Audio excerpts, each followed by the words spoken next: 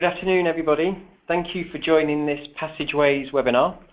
My name is Paul Stark. I'm a Director of Passageways UK, provider of board and leadership portals, and I'm also joined by Paul Townsend, a Director of UHY Hacker Young, a global accountancy and audit firm.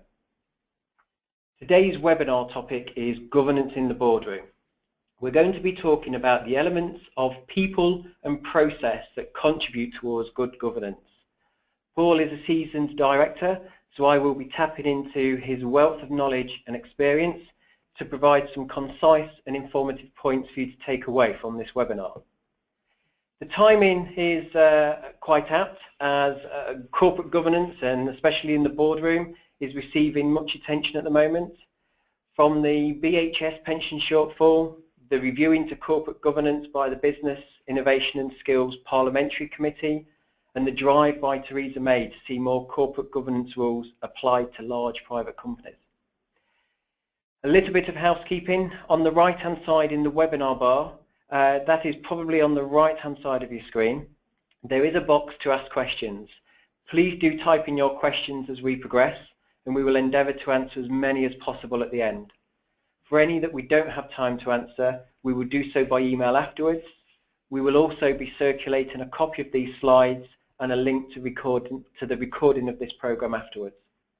So Paul, welcome. Thank you, Paul. Thank you. To kick off the webinar, would you tell us a little bit about your background as a company director and some of the themes that we're going to cover in today's webinar? Absolutely. Yes, my own experience as a board director has been across a number of private companies of varying sizes, some privately owned, others parts of large international PLCs. However, many of the issues that have arisen over the years depend on the dynamic of the board structure, the culture of the wider organisation, and the impact of the chairperson. And it's really these sorts of issues that I'm hoping to explore during the next few slides, which include aspects of decision-making, communication, or dare I say it, the lack of it sometimes from the board out to the rest of the organisation, and also the competencies of the board members. The only point I would add to all this is that the discussion here is purely from an operational perspective. It's not designed to discuss legal obligations, not least those described in the Companies Act 2006. Thank you. Those latter parts about the legal obligations we may cover in a webinar in the future, so thank you for pointing that out. So when we talk about a governance model for a typical mid-sized organisation, you show a governance model which separates the board and the rest of the organisation. Allowing for differences between a board and the rest of the entity, shouldn't governance be the same across the whole organisation itself? Absolutely, it should, and really it's a matter of detail to a certain extent. Clearly decisions are made in the boardroom with an implication across the wider organisation, and there is the potential of a tense dynamic really between the boardroom where decisions are made within a relatively controlled environment and the rest of the organisation that is tasked with implementation and achieving strategic success, sometimes at all costs. And you only need to think really of the last 20 years of governance and organisations such as banks and healthcare trusts, where the gap between the coalface, so to speak, and the boardroom can be huge, with a risk that the implication of decisions is sometimes not fully considered. So, with that in mind, ideally governance processes and hurdles should be mirrored between the boardroom and the wider organisation, where it should be more a matter of detail, which should escalate during the implementation phases, and that's especially true of large-scale IT projects or acquisitions where the rigorous processes outside the boardroom can sometimes be absent. And this really leads me on to ask what the reasons could be for this. Could it be an overpowering or bullying CEO, a weak chair, or a culture of fear amongst the board? I'm sure we can all think of examples. Okay, so if we just pick up on the last point of why governance might not be so strong at times in the boardroom, there are plenty of examples in the public domain where there's been a domineering chairman or Chief Executive Officer, where the board itself has all been in cahoots together and there's been some corporate governance disaster or even worse. So bearing that in mind, is there one thing above all we can focus on to reduce risk? Well, I think if you could sum up something in one word and good practice in one word, it would probably be culture. Because if there's not a culture of openness and being able to challenge, the risk of even a good governance framework failing does rise. And one of the more obvious ways to support the right culture is to separate the roles of chair and CEO, but to be clear about the job descriptions for each of those as far as their roles in the boardroom at least is concerned. Normally, I guess you'd see the management of the company delegated to the CEO and the rest of the board, with the shareholders taking the counsel of the CEO and board, unless of course those board directors are also major shareholders. And the role of the chair can constitute a difficult balance, because on the one hand it should challenge the board's assumptions and decisions where appropriate and help to achieve consensus. And also the same could be said really for non-executive directors where they're present. They should always also follow that approach. And I've made the point in the slide about NEDs also bringing information from the outside of the organisation in. And I think this is important really in countering organisational paradigms that develop over time. Clearly, NEDs don't exist just to rubber stamp decisions, but they need to test and evaluate them as well. And then the final points on the slide about transparency and openness are important from an employee perspective outside the boardroom. It shouldn't really be a black hole where nothing ever comes out and no one is quite clear about what decisions are being made and why, obviously accepting commercial and other sensitivities. And with that in mind, I think it's going to be very interesting to see how far Theresa May's proposals for employee representation on the boards of listed companies at least will go. Having the right culture is a very valid point, and probably beyond anything else, it's culture that drives an organisation's reputation, for good or for bad. But culture can't be everything. So in addition to culture, what systems and procedures do you think are important to follow? Yeah, clearly no amount of the right culture can make up for poor frameworks and processes, and the provision of information, using products like your own portal is really critically important. And on this slide, you can see I've divided up the people and behaviour matters, and on the right I've shown the frameworks and processes that help develop the best outcomes. They don't actually necessarily match up like for like.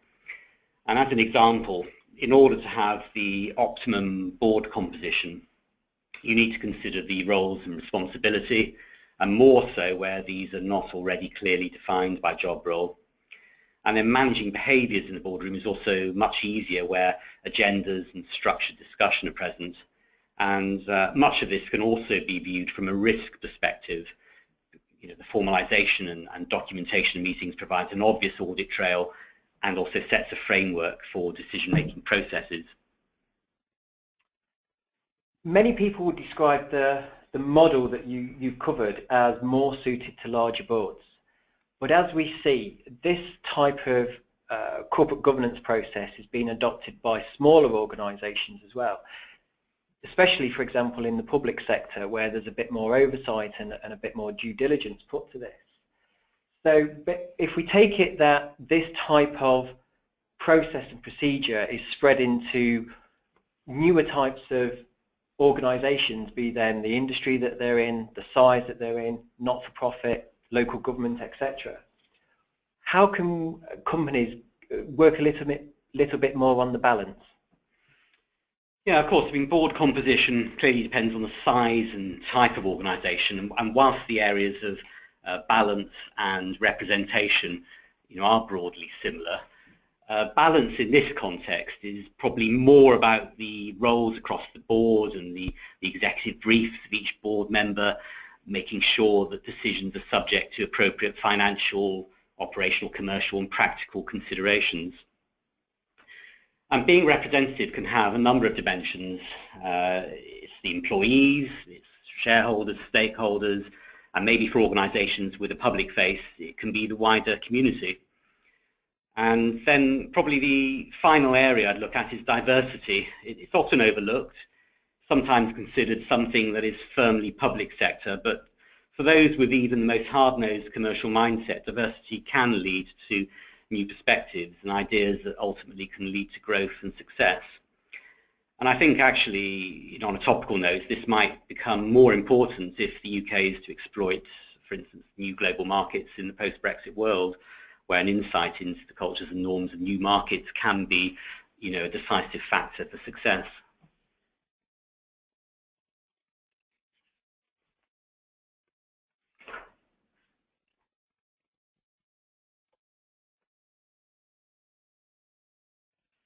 Hearing these points described that way make them seem quite obvious to adopt.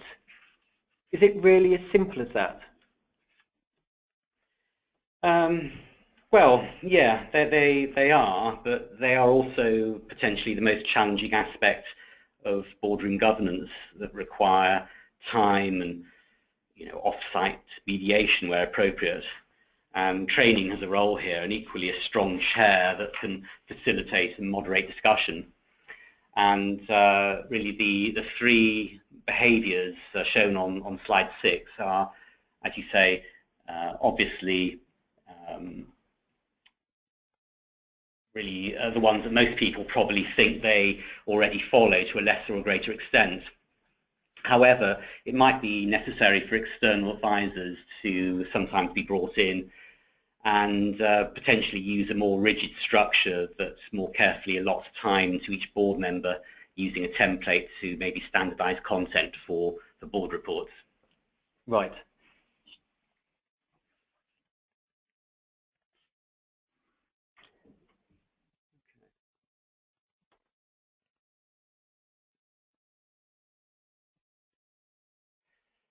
So some of these behaviours you've outlined seem a bit idealistic. In your experience, do board meetings often have an element of some rough and tumble? Yeah, indeed they do, and really the third point really about on the slide about being challenging is all about this. Obviously, to be able to challenge, you need to have an open and supportive environment. Otherwise, there is a risk that nobody says much at all. And to add to this point, it can be unrealistic to expect that if there is a sort of a disconnection between the culture and the boardroom and the rest of the organisation, then everything will function perfectly. I mean, generally, boardroom culture follows that of the wider organisation. Certainly, in my own experience, that's been the case. But of course, this does depend on how representative the board is of the wider organisation, and of course, how large the organisation is, both geographically and in terms of staff.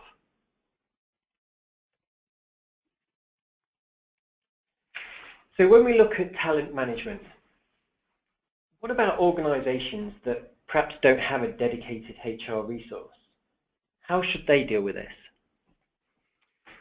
Well, if a board member can take on this brief, that's great, because it doesn't need to include all the usual HR compliance matters.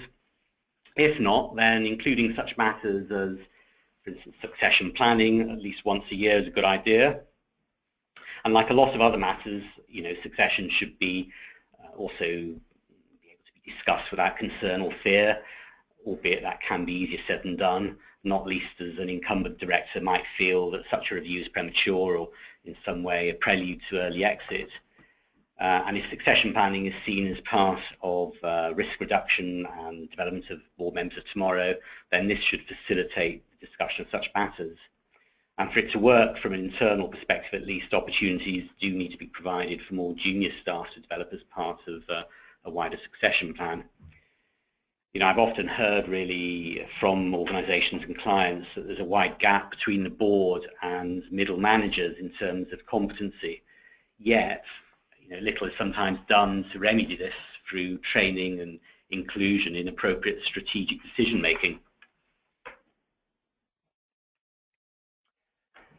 So frameworks and processes are all very well and good, but quite often they can be seen as something that people are forced to do. So strategy is perhaps more of the area that a board will be interested in. So if it's a for-profit company, the strategy of how to make that profit. If it's a charity, how to deliver its service. If it's government, how to serve its community. So how much does strategy influence the frameworks and processes needed for this?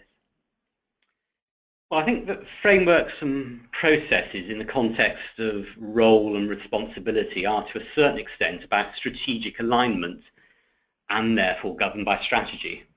So providing there is acceptance about roles and responsibilities and these are clearly defined, the next step is to ensure that there are supporting processes. And just as an example, there's no point in setting out and agreeing ambitious targets that will fall on the shoulders of one or more board members if there are not supporting processes that are tried and tested as well as the necessary skills. Because without these, there's a risk that decisions and strategy agreed in the boardroom become maybe nothing more than a wish list. So the area of review and evaluation is also critically important. Organisations that don't learn on a collective basis are really at risk of going in ever decreasing circles. And the only caveat I would add to that is that there must be acceptance across the board that it is okay to evaluate, review, potentially agree a new or revised set of objectives and actions. And that point I made earlier about a domineering or bullying CEO chair clearly may mean that such a review and evaluation is more challenging to agree. In my own organisation, we come across this quite often when we talk about board agendas.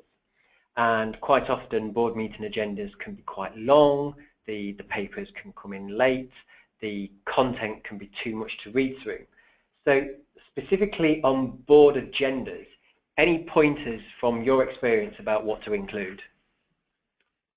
Well, whilst routine and repeat agenda items have a place, it can be good practice to encourage new matters to be raised on a regular basis, providing they are strategic, of course, and likely to have a significant impact on the organisation. And I say this because all too often one witnesses a polarised situation where the board either sort of wastes time discussing non-strategic matters, or there's a culture that important strategic matters need to be discussed outside of the boardroom and then only returned back to the boardroom when there is some form of consensus. And the risk with that approach really is that the whole situation becomes a rubber stamping exercise and matters are never fully discussed. And maybe just on a final point of ease of access, clearly issuing papers and board documents at the 11th hour should be discouraged unless the matter, a matter has arisen at very short notice and merits immediate discussion and review. And even then, maybe if it's that important, a separate board meeting may be more appropriate.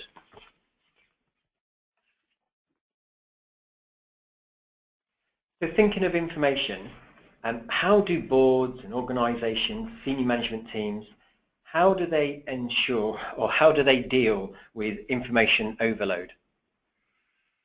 That's a good question because obviously the big area for discussion at the moment is data analytics. And that's really helping to reduce information overload by transforming the presentation and understanding of complex information. Some of you might have heard of software like Tableau and Crunch boards at the lower cost end of the market. And this software can provide, or these types of software can provide graphical information in an easy to understand format. And that's particularly helpful when you've perhaps got non-finance specialists and those not so close to the organisation, such as NEDs, trustees and governors, etc., on the board. And as a rule of thumb, I think information, especially of a statistical nature, should always be questioned. Does it tell us what we need to know, or does it measure the performance of the organisation? Ideally, the board should spend some time reviewing what it is they need to know. This paradox here is that you can't measure what you don't know, and you don't know what you can't measure. So it's important both for financial and non-financial information to understand how and where to get the information, and finally, how is it going to be communicated. And that actually sort of returns me, in a way, I suppose, to the earlier points under frameworks and processes when I mentioned the need for supporting processes for decisions made in the boardroom. I mean, in this instance, the importance of the right information at the right time, with appropriately trained staff and systems. Okay, and as we move towards the end of the webinar and the questions section, when we think about a board knowing about the organisation's risks, although knowing about these is important, what else should be considered? Well, it's about knowing the risks, but clearly understanding the implications. And furthermore, those risks that you identify have to be balanced against reward and the wider remuneration strategy. I think maybe some of us have seen too many short-term incentives that are not dependent on long-term outcomes. And in an extreme situation, that can lead to the sort of banking failures that we've seen over the last 10 years. I can't really discuss here the many ways that risk can be analysed, but suffice to say that it's important to return to the earlier points in the presentation, which is, it starts with an open and honest discussion of the risks by the board, and then everybody ensures there is, collective decision making. That's the ideal utopian world, as it were. Yes, of course.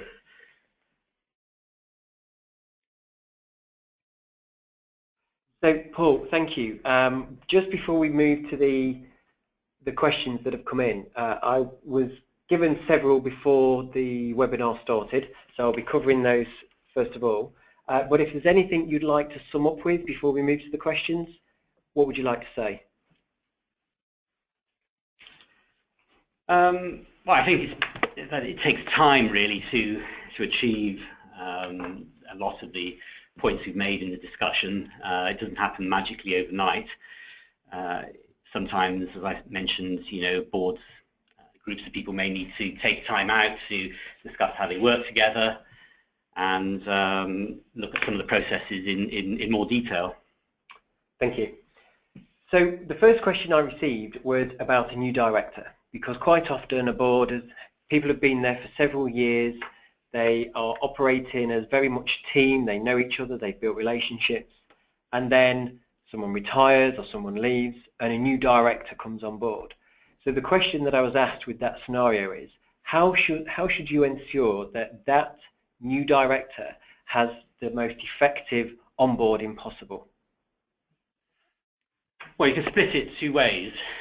You can deal with their legal fiduciary responsibilities. So that in some respects, that's the easier part because it's clearly defined. You can provide some training. Somebody can read around the topics, look at the Companies Act, etc. Probably the more challenging area is, as we picked up in the presentation, is to do with culture, what it's permissible to say, what are the opinions that other directors, stakeholders, shareholders have that maybe are less public. And the best advice I can give as somebody who's been in that situation myself is to really almost take the director in hand, give them a sort of off-the-record briefing of the issues, in a way to give them the best possible chance to bond with the other members of the board and staff within the organisation. A bit of a cliche, but Rome wasn't built in a day. If there are issues that the new incoming director identifies that they want to contribute or help resolve, then doing that in the knowledge of what's been happening in the organisation and what the issues are, which are maybe unspoken in some instances, can help enormously. Thank you. And another question that I got from a board secretary was, if as a board you are going through a board evaluation for the first time, how should the board secretary and the board itself plan for this? I think everybody's got to understand what the evaluation involves and what the detail is. In a way, they shouldn't see it as some sort of massive critique on each of them, because for the evaluation to work effectively, everybody's got to be completely sort of open and honest. I think the reporting of the results of the evaluation needs to be clear, who's going to be receiving that, how it's going to be acted upon, and I think it needs to be done in a very constructive way, and obviously done at regular intervals as well. The person doing the evaluation clearly needs to understand why they're being brought in. Clearly, where it's a private organisation, you don't tend to get such board evaluations being done, so it may be something which is exceptional, and so you've got a bit more scope there. But clearly, obviously, for listed entities, then you've got a more prescribed approach. But I think it's really a case of the board understanding why it's being done, what it will involve, and taking out any surprises, really, that might arise in that process. And the next question, which I think is more for me to answer, is many boards and leadership teams in both the public and the private sector have gone paperless. They might be using a purpose-built tool such as Passageways Onboard, or they might be using some in-house system, even could be just a combination of email. The question is, for boards that want to start signing documents electronically as well, to move away from paper for that side, what should they look out for? So I think for this, there's two areas. First of all, there's where the law stands on electronic signatures. And at the moment, we're covered by EU law. And essentially, you have three levels. You have a simple electronic signature, an advanced electronic signature, and a qualified electronic signature. And under UK law, we've only taken the bottom two there. So you've got a simple and an advanced. A simple could be your name on an email. It could be something you've signed and scanned, or it could be something more purpose-built where you're signing on an iPad, for example. The advanced level includes a digital certificate, and that's where, through a third-party provider, there is a certificate that is attached to that document, normally a PDF document, that has been issued by the person who's actually done the signature. So that gives it the non-repudiation. And both of those are effective under UK law. But when you're looking at the board of directors, another thing to make sure that you do is that you allow your directors to sign documents electronically, and the way that you can do that is just to make sure that your articles of association mention that, or they're covered in the article of associations to show that directors can sign documents electronically. We've got one last question.